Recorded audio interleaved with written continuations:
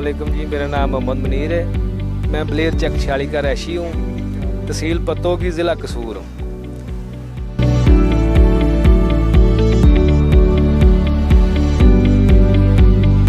ਅਸੀਂ पानी पहले डीजल पे लगाते थे और उसका वो खर्चा बहुत था, लिहाजा एक दफ़ा हमने देखा कि मरीम नवाज ने कुछ स्कीमें निकाली हैं सोलर पे, तो मैंने भी अपना नाम दिया और हमारा सोलर निकल आया।